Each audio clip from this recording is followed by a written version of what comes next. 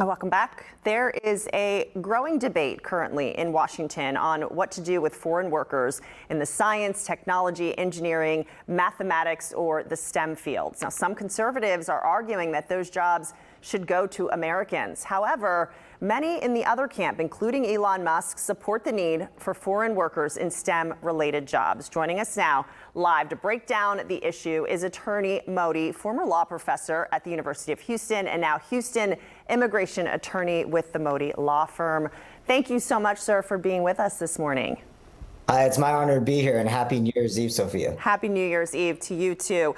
So we understand that this debate really revolves around a process called the H1B Visa program. Can you talk about this program and how it works? Sure. The H1B visa is a visa for individuals with specialized skills and advanced degrees. So it is for highly skilled workers. You often see it in the STEM professions, for example, science, technology, engineering, and math. And that is huge for our country. I mean, we are built on a country of immigrants, really highly skilled folks from all around the world, and especially Houston. Houston is such an international city, right? So that is a big part of our economy. That's a big part of our country as well. That's exactly correct. Especially in Houston, you see a lot in engineering with oil and gas. We have a huge medical center as well. So several people in the medical professions and large construction industry, civil engineers and other engineers. So it's definitely huge for Houston. It's also a big tax base as well. So everybody on H-1Bs, they pay a lot of money in taxes every year. Approximation is maybe around 30 billion or so per year. Wow.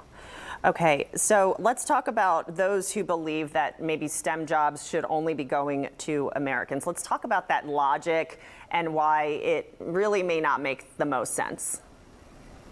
Yeah, I mean, look, the amount of people, just to take a step back, the amount of individuals on H-1B compared to the American population is very small. I mean, there's only about 65,000 H-1B visas allowed per year, and then an additional 20,000 for those with advanced degrees like masters, et cetera. So if you're only looking at about 85,000 and we have a population of over 300 million Americans, I mean, maybe 0.024% of the population. So it's a very small amount. And these individuals are some of the cream of the crop of the world. And we want those individuals because we want to be continue to be the best that America can be in the highest areas of technology and science, especially. Exactly. To be the best, we got to have the best, right?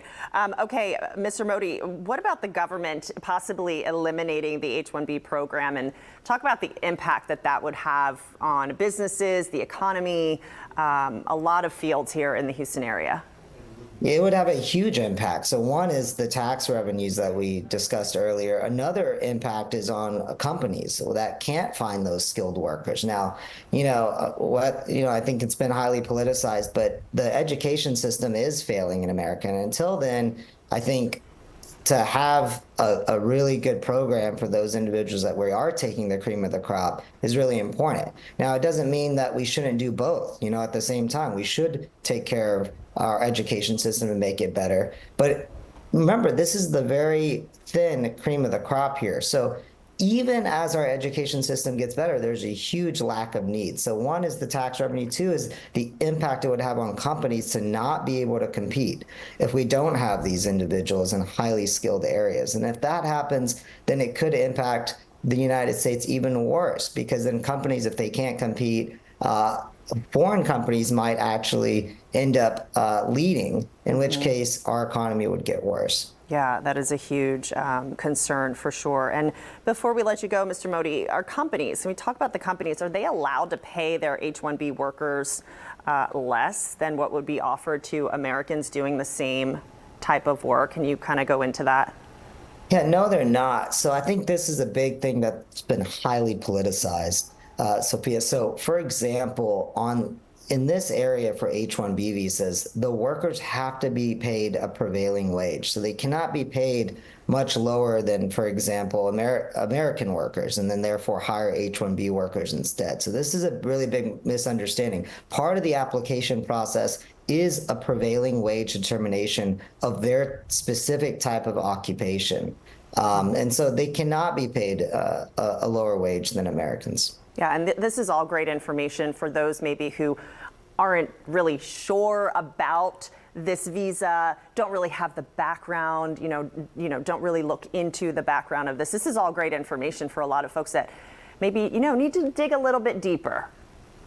Definitely, Sophia. And I just think, a lot of politicians on both sides of the aisle might try to exaggerate, the circumstances. So it's good to have the facts and to really understand what people are not only going through on the H-1B side, but also how it helps America and American companies' tax revenues, and just how small the program really is compared to the overall American population and economy. So I think it's good to put it all in context, and that's why it's my honor to be here with you today on New Year's Eve. Thank you so much, Mr. Modi, for joining us this morning and really shedding light and continuing this awesome conversation. I'm sure we'll have you back on this show at some point. Thank you so much, and have a great Happy New Year's as well. I'd be honored to do so. Thanks. I hope you have a good New Year's as well.